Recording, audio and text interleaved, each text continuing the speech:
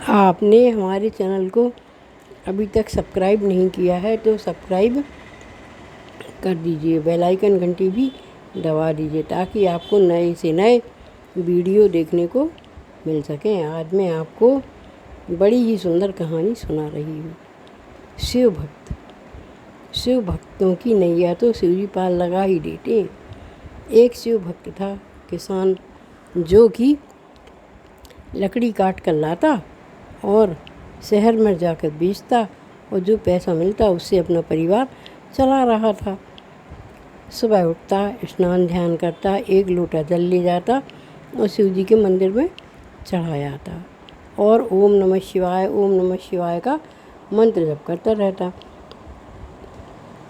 और भगवान को नमस्कार करके और घर आता। जो रूखा सूखा उसकी पत्नी उसको भोजन बनाकर बांध देती, वह लेकर वह जंगल में चला जाता और जंगल में जाकर लकड़ियाँ काटता।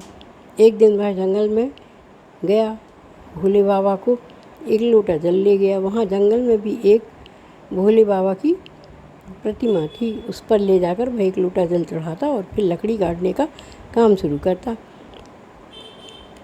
वह जैसे ही जंगल में गया और उसने भोले बाबा के ऊपर जल चढ़ाया, तभी उसे एक भयानक आवाज़ सुनाई दी। उसने चारों तरफ देखा, समझ गया कि यहाँ भेड़िया बोल रहा है।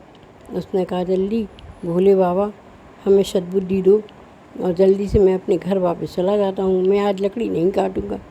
और वह जल्दी से कुल्हाड़ी को लेकर और जाने लगा। तभी कुछ हिरण वहाँ से भागते हुए दिखे तो वह समझ गया कि इसी दिशा में जो है सियार आ रहा है।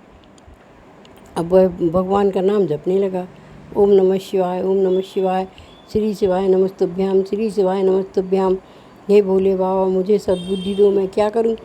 हे भोले बाबा मुझे सद्बुद्धि दो, मैं क्या करूं? मेरी पत्नी घर में अकेली है।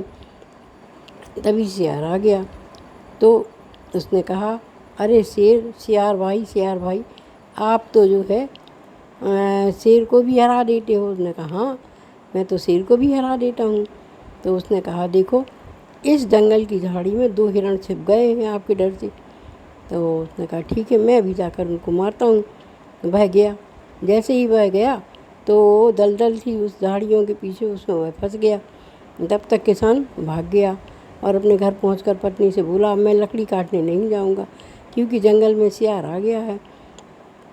पत्नी ने कहा, ठीक है अब आप लकड़ी काटने मत जाना, बहुत दिन हो गए, घर में कुछ भी नहीं बचा, खाने तक को नहीं बचा। तो उसने कहा अपनी पत्नी से कि कुछ रूखा सूखा दे दो, मैं कुछ लकड़ियाँ काट कर लाता हूँ जिससे घर का खर्चा चलेगा।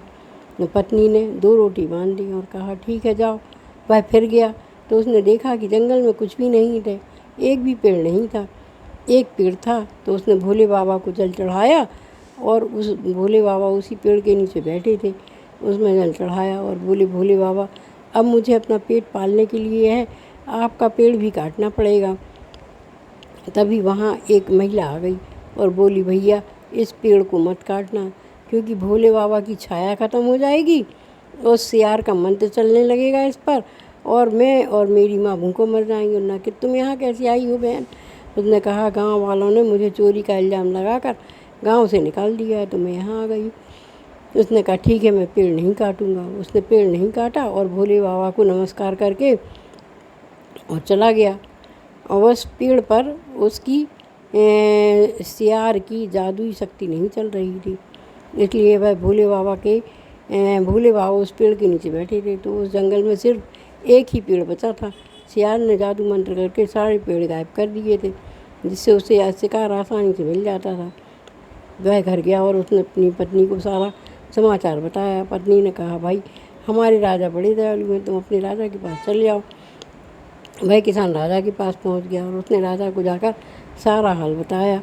तो राजा ने कहा, चलो भाई ठीक है तुम मेरी सेवा करना। वह राजा के संग रहने लगा, राजा का ध्यान रखता, राजा के संग घूमता, राजा घोड़े पर घुमाने ले जाता,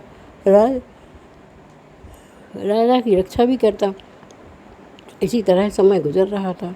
उसने कहा कि राजा से कि महाराज आप बहुत दयालु हैं, आपने मेरे और मेरी पत्नी का खाने का खर्चा उठा लिया। राजा ने कहा, नहीं तुम अच्छे इंसान हो, तुम मेरी सेवा तन मन से करते हो, तो मुझे तुम्हें देने में कोई आपत्ति नहीं होती है। एक दिन राजा बोले, भाई हम शिकार खेलने जाएंगे, मंत्री मेरा रथ तैयार करवा दो। तो मंत्री ने रथ तैयार करवा दिया और बोले, महाराज आजकल सियार का आतंक चल रहा है, इसलिए आप मत जाओ। उसने कहा, नहीं नहीं, मेरे संग भोला किसान है ना, मेरे संग भोला किसान है मेरे संग, जो भोला का भक्त है। उन्होंने कहा, हाँ प्रभु, हम आपके संग चलेंगे राजा, पर मुझे रुक जाओ, एक लोटा जल ले आने दो, वहाँ जंगल में मेरे भोले बाबा का निवास है। वह गया, उसने एक लोटा जल लिया और रथ चल लिया। रथ पहुँचा तो राजा ने कहा, भैया यहाँ तो कुछ शिकार नहीं दिख रहा है, जंगल तो पूरा ही खाली पड़ा है। तो उनको राजा भोले किसान ने कहा कि हाँ, ये भोले का मंदिर है, बस सिर्फ एक पेड़ बचा है, क्योंकि सियार जादू मंत्र वाला है और उसने सारे जंगल को के पेड़ों को मंत्र से बांध दिया है, अब वो हम लोगों को दिखाई नहीं देते। राजा ने कहा, ठीक है, तुम अपने भोले बाबा को जल चढ़ा के आओ। वह भोले बाबा को जल चढ़ाकर आ ही रहा था वापस कि सियार आ गया और हंसने लगा, अरे आहा हा, आज तो हमें दो दो शिकार मिलेंगे, आज तो हमें दो दो शिकार खाने को मिलेंगे। तो उसने कहा, देखो भाई सियार, तुम हम लोगों को छोड़ दो, हमारे राजा को छोड़ दो, हमें खा लो हैं। और वह मन ही मन भोले बाबा का मंत्र जपने लगा, ओम नमः शिवाय, ओम नमः शिवाय, ओम नमः शिवाय, श्री शिवाय नमस्तुभ्याम, श्री शिवाय नमस्तुभ्याम, श्री शिवाय नमस्तुभ्याम। और राजा के सामने खड़ा हो गया। उस मंत्र की शक्ति से वह सियार उन लोगों के पास नहीं आ पा रहा था, लेकिन सियार कब तक उस मंत्र से रहता, और उसने भी अपना मंत्र शुरू कर दिया। उसमें ज़्यादा शक्ति आ गई भोले से, और वह झपट्टा मारने ही वाला था, तभी भोले ने अपनी कुल्हाड़ी उठाई और उसके सर पर दे मारी। सर पर ही उसका मंत्र था, तो वह मंत्र फूट गया और उसका सर फट गया। मंत्र फटते ही वह सियार मर गया। सियार के मरते ही वह लड़की भी आ गई और बोली, भैया तुमने फिर से जंगल को हरा भरा कर दिया। सियार मरा तो जंगल पूरा हरा भरा हो गया, चारों तरफ पेड़ ही पेड़ नजर आने लगे। राजा उसके चमत्कार को देखकर दंग रह गया। उसने कहा, महाराज इसमें मेरा कोई भी हाथ नहीं है, ये तो मेरे भोले बाबा की कृपा है। भोले बाबा का मंत्र मैं जप रहा था तो उन्होंने सही जगह मेरा निशाना लगा दिया और मेरी कुल्हाड़ी से वह सियार मारा गया। वह राजा बोले, भाई ये कौन है, जंगल में झोपड़ी बनाकर रह रहे हैं। उन्होंने कहा, महाराज आपकी माँ बेटी हैं, जिनको आपके राज्य से चोरी करने का इल्ज़ाम लगा कर निकाल दिया गया है। तो राजा ने कहा, चलो ठीक है, इनको फिर से बसा लेते हैं। राजा अपने नगर में लौट आया। गुरुजी आ गए। गुरुजी ने कहा, आपकी जान बच गई। यह सुनकर मुझसे रहा नहीं गया और मैं आपके राज्य में आपके पास चला आया। उन्होंने कहा, गुरुदेव मेरी जान बचाने वाला भोला है, भोले ने मेरी जान बचा ली, और आप कह रहे थे ना कि शीघ्र ही मैं आपके राजा के उत्तराधिकारी की घोषणा करूंगा, तो वह कौन है? मैं तो निर्वंशी हूँ, इस राज्य का क्या होगा? उन्होंने कहा, इस राज्य का कुछ नहीं होगा, जिसने आपकी जान बचाई है वही इस राज्य का राजा बनेगा। तो राजा ने दूसरे दिन घोषणा करवा दी कि जो भी हमारा राज्याभिषेक हो रहा है, राजकुमार को हम राजगद्दी सौंप रहे हैं, इसलिए सभी लोग हमारे यहाँ दावत खाने आए और बड़े धूमधाम से उन्होंने राजगुरु के द्वारा मंत्रोच्चारण के द्वारा अपना सिंहासन जो है भोले किसान को सौंप दिया। भोले किसान ने कहा, महाराज मैं तो एक भोला भाला किसान हूँ, मैं ये राजगद्दी वगैरह क्या जानूँ? तो राजा ने कहा, अरे भाई मैं तो अभी जिंदा हूँ, जब तक मैं रहूँगा जब तक तो मैं ही राज्य करूँगा, तब तक तुम सीख लेना। भोले किसान ने कहा, ठीक है। वह जो है बड़े अच्छे से रहने लगा राजमहल में। उसकी पत्नी भी राजमहल में आ गई और उसके यहाँ एक नन्हा मुन्ना बालक भी हो गया। राजा यह देखकर बड़े खुश हुए कि चलो भोला के बाद हमारी राजगद्दी को संभालने वाला भी आ गया है। और राजा बड़े धूमधाम से प्रसन्न मन होकर रहने लगे। राजा ने उन माँ बेटी के लिए भी अपने महल के बगल में ही एक महल छोटा सा बनवा दिया।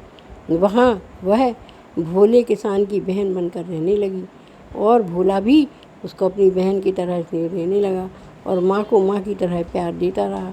इस तरह हमारा कहने का मतलब यह है कि इस कहानी से यह ज्ञात होता है कि जो सच्चे मन से भोले बाबा की स्तुति करता है, प्रार्थना करता है, उनको एक लोटा जल अर्पित करता है, भोले बाबा उसकी हर मुसीबत से रक्षा करते हैं। और किसान से उसको राजा बना दिया, भोले को किसान से राजा बना दिया।